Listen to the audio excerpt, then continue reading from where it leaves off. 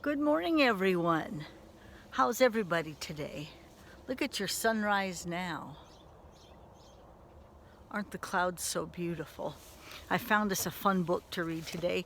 It is a tribute to the dairymen everywhere, but particularly Jerome County. There, I've got you set up. How's everybody? Missing you all from school, but thinking that you're having a great time. No moon, no milk. Huh. Who knew? I love this picture.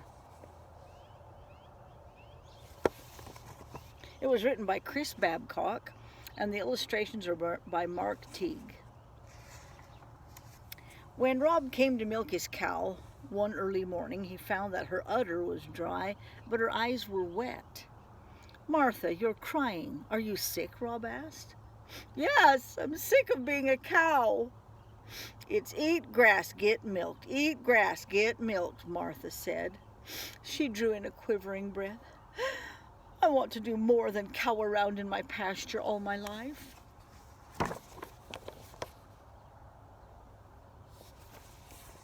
Do all dairymen have this relationship with their cows? "Well, where would you like to cow around?" Rob asked as he looked into his empty bucket. "The moon," Martha said. "You can only go to the moon if you're an astronaut," Rob said. "Or a cosmonaut," said Martha. "I'm not sure they let cattle in the space program." Rob said, "My great-great-grandmother jumped over the moon. If she can jump it, I can walk it." "But I never promised you the moon," Rob said. "Now do me a favor and let down some milk." Martha shook her head back and forth, flinging her tears through the air. "No moon, no milk," she bellowed.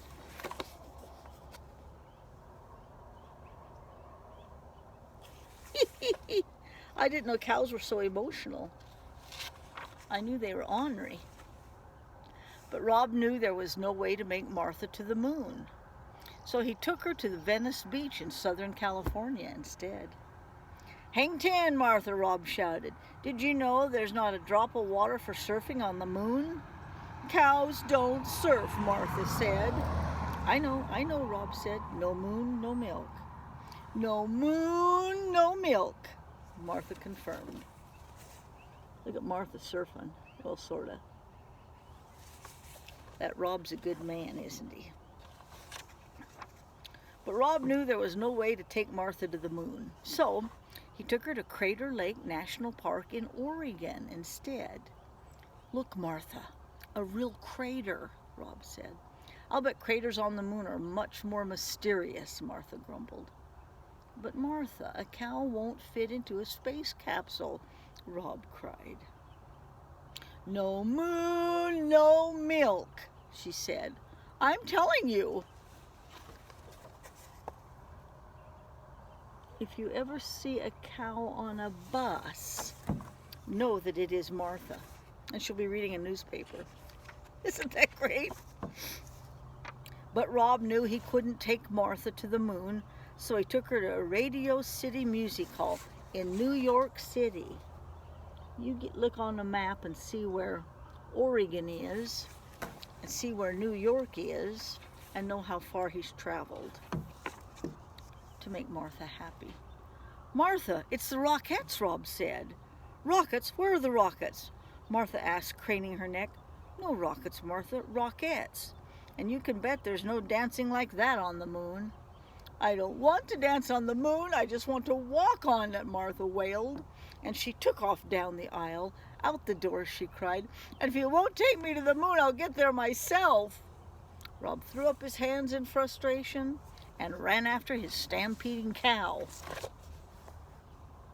The Rockettes are those fancy dancers. A stampeding cow.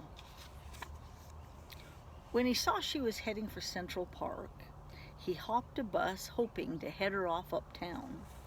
Meanwhile, Martha caught up to a passel of skaters darting through the park. Excuse me, but could you direct me to the moon? Martha asked as she trotted along. Follow this path, then hang a left at the fountain, the skater replied. Martha mooed her thanks and galloped on. In New York, nothing surprises anybody. I guess even a galloping cow. Rob had just gotten off the bus across from the American Museum of Natural History when Martha rounded the corner and came to a complete hoof-skidding halt in front of him. A science museum? Martha groaned. What on earth can a cow do in a science museum?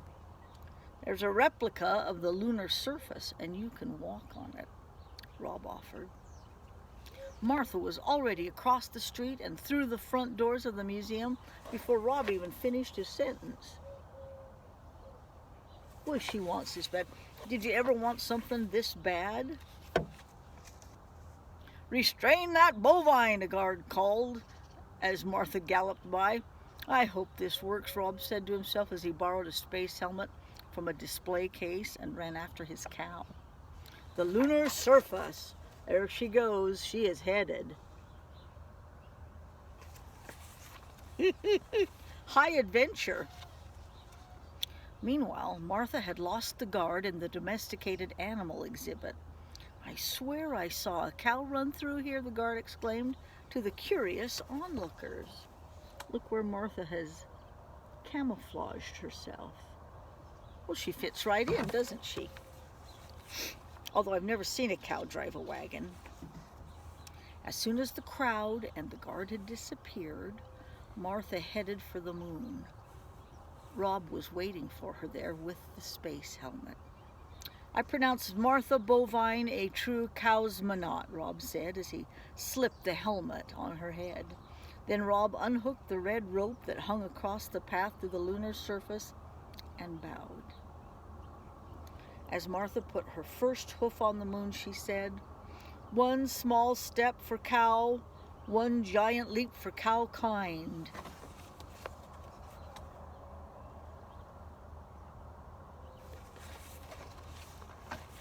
You can use your imagination with this story. Martha had walked all the way over to where the American flag was planted when the guard finally found her. "Cow on the moon! Cow on the moon!" the guard shouted. There he is. That's exactly what Martha wanted, to be a cow on the moon.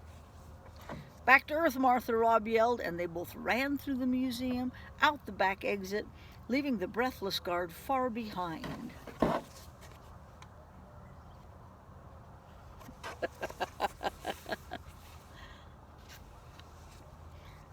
"So how was it to cow around on the moon, Martha?" Rob asked as he squirted milk into his bucket the very next morning.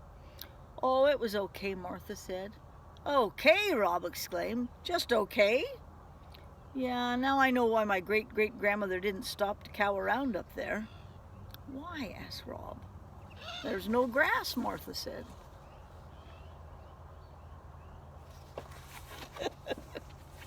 We're never happy with what we have. I'm happy that we get to have a little bit of time together in the mornings with stories. Take care of yourselves, be solid citizens, help your mother in the kitchen, offer to vacuum. Okay, I love you all. Keep practicing what you know. Bye for now.